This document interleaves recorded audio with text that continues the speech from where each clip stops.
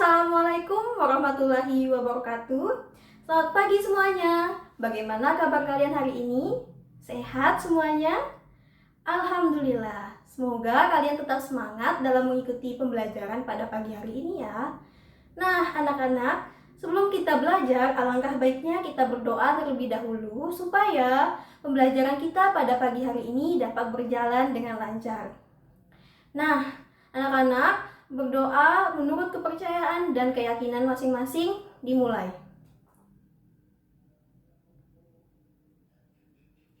Berdoa selesai.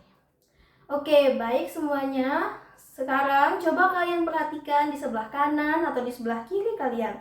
Apakah ada temannya yang berhalangan atau tidak bisa hadir pada pagi hari ini?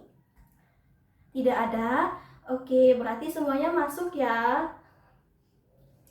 Nah, anak-anak, untuk pelajaran hari ini, Ibu ingin bertanya terlebih dahulu. Ada yang ingat tidak dengan materi IPA pada pertemuan kita minggu lalu? Ada yang ingin mencoba menjawab? Ya, Ica, jadi benar sekali. Jadi, materi kita pada minggu lalu kita sudah membahas tentang makhluk hidup, peranannya, dan juga ekosistem. Sekarang Ibu ingin bertanya kepada kalian. Apakah makhluk hidup di atas dunia ini bisa hidup sendiri tanpa ada makhluk hidup lainnya? Ya, tentu saja tidak bisa. Kenapa? Karena makhluk hidup saling membutuhkan satu sama lain. Nah, anak-anak, perhatikan di sebelah kiri kalian, sebelah kiri atau kanan kalian, atau di lingkungan kalian, apakah ada hewan atau tumbuhan yang hidup di satu tempat secara bersamaan? Ya, benar sekali ada. Contohnya apa? Itu ada misalnya ada kupu-kupu yang hidup di sekitaran bunga dan lain sebagainya. Nah, sekarang coba kalian perhatikan pada gambar berikut ini. Oke. Simak, perhatikan baik-baik. Di sini ada gambar apa? Ya, benar sekali, Ica. Jadi di sini ada gambar bunga dan kupu-kupu. Oke, apa sih yang dilakukan kupu-kupu terhadap bunga? Benar, jadi kupu-kupu di sini memperoleh makanan dengan menghisap sari-sari makanan pada bunga. Nah, anak-anak, jadi terbukti bahwa makhluk hidup di atas dunia ini membutuhkan satu sama lain. Mereka saling berhubungan dan saling bergantung. Oke, jadi hari ini kita akan mempelajari tentang hubungan yang unik pada makhluk hidup. Nah, anak-anak, hubungan antar dua makhluk hidup disebut dengan simbiosis. Simbiosis, pernahkah kalian mendengar kata simbiosis sebelumnya? Pernah? Belum? Oke, belum. Jadi hari ini kalian sudah mendengar yang namanya simbiosis. Simbiosis itu adalah hubungan antar dua makhluk hidup. Nah, anak-anak, simbiosis terdiri dari 3 jenis. Apa saja? Yang pertama ada simbiosis mutualisme. Kedua ada simbiosis komensalisme. Ketiga ada simbiosis parasitisme. Sekarang kita akan mempelajari apa yang dimaksud dari ketiganya. Oke, yang pertama kita akan membahas tentang simbiosis mutualisme. Perhatikan dan simak baik-baik ya. Oke, apa sih yang dimaksud dengan simbiosis mutualisme itu? Simbiosis mutualisme adalah hubungan dua makhluk hidup di mana keduanya sama-sama diuntungkan atau sama-sama mendapatkan keuntungan. Contohnya, yang pertama di sini ada bunga dan kupu-kupu. Seperti tadi gambarnya kalian lihat, kenapa mereka masuk ke hubungan simbiosis mutualisme? Karena di sini kupu-kupu memperoleh makanan dengan menghisap sari-sari pada bunga. Kemudian kupu-kupu secara tidak langsung membantu proses menyerbukan pada bunga.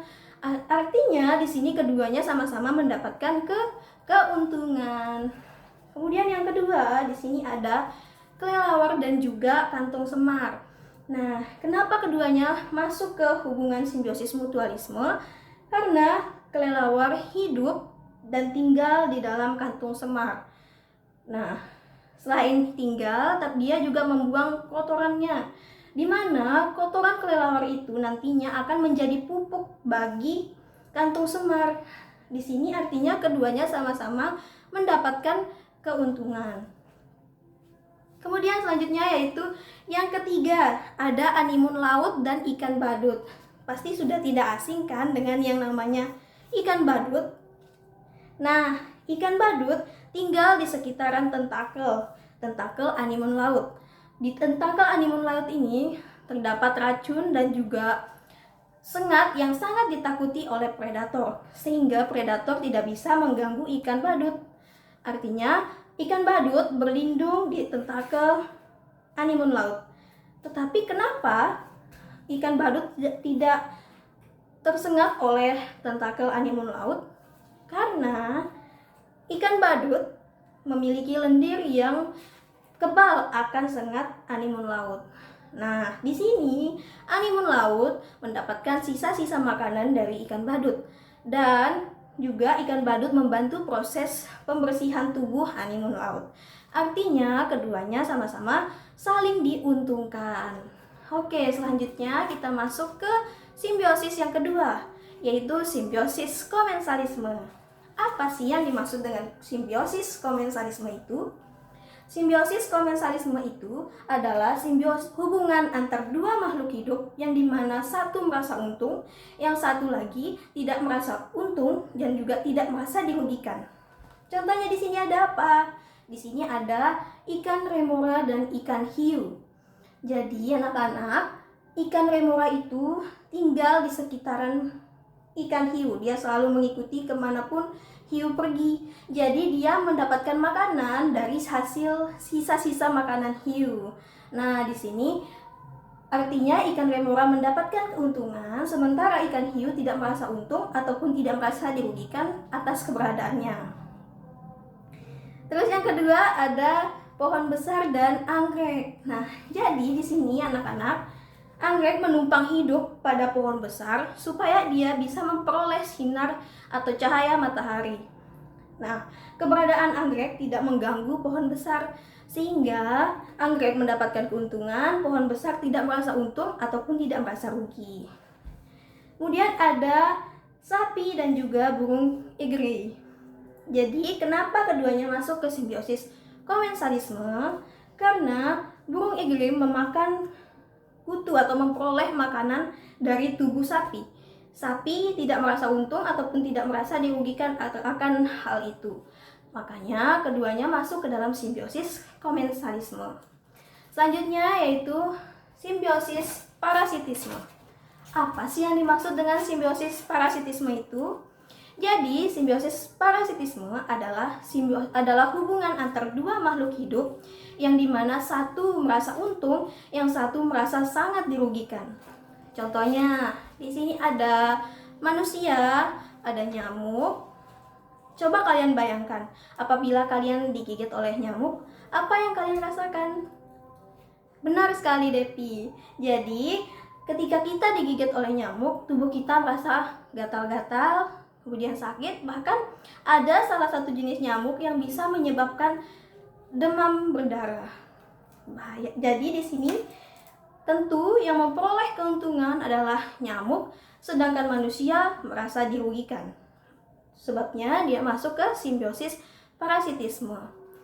Nah, kemudian yang selanjutnya yaitu ada kucing dan kutu. Sama halnya dengan nyamuk, kutu hidup di bagian tubuh kucing, membuat kucing merasa gatal-gatal, tidak nyaman, dan lain sebagainya. Keuntungan di sini diperoleh oleh kutu karena dia memperoleh makanan, kemudian kucing merasa tidak untung dan sangat dirugikan. Oke, baik anak-anak, yang ketiga ada buah dan lalat. Ketika lalat hinggap di buah, dapat menyebabkan buah itu cepat membusuk.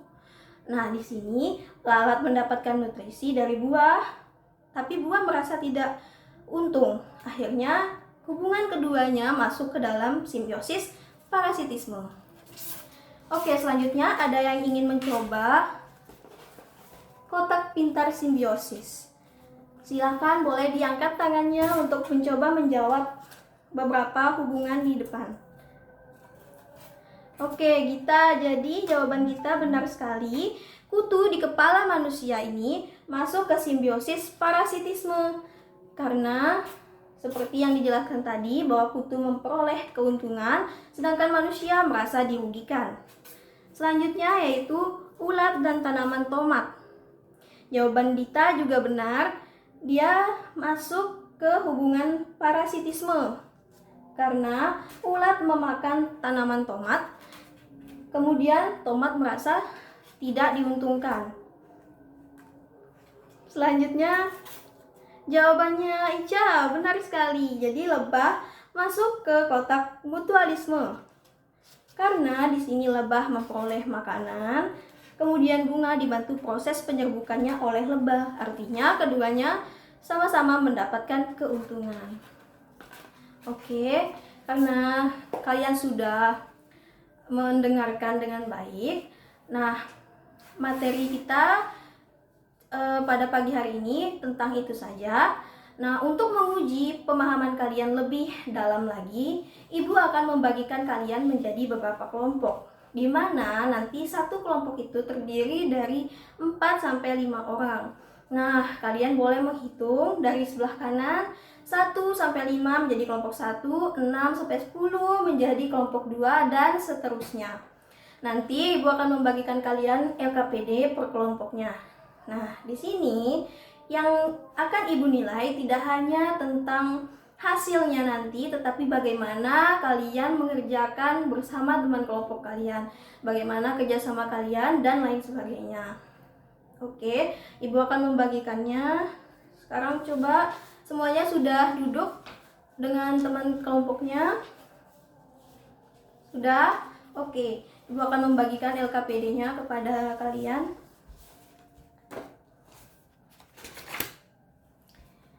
Nah, sebelum kalian memulai mengerjakan LKPD, kalian perhatikan apa yang diperlukan di LKPD tersebut.